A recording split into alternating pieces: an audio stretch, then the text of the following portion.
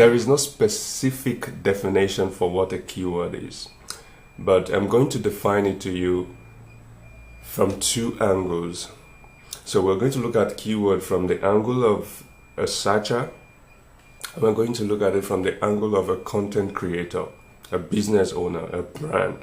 So from the searcher's point of view, keywords are the words that they want to get value for, the words that they put into search engine in exchange for more value, in exchange for more information, in exchange for better decisions.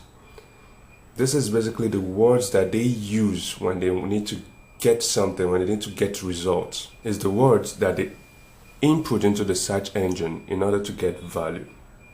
So from the content creator's perspective, if you're a brand, if you're a business owner, if you're a blogger, then you should look at it from this angle. Keywords are the words that gives your content or your website its value and its purpose. I'll take that again. Keywords are the words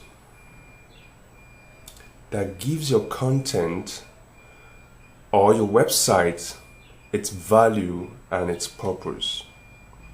Basically, this is what the search engine does. For searchers, they put in the keywords in exchange to open to get values from it, while for content creators, the keywords is what gives your content or your website its value. So the search engine aligns the value the searchers are looking for with the value you have created and creates a connection. That is the concept of keywords.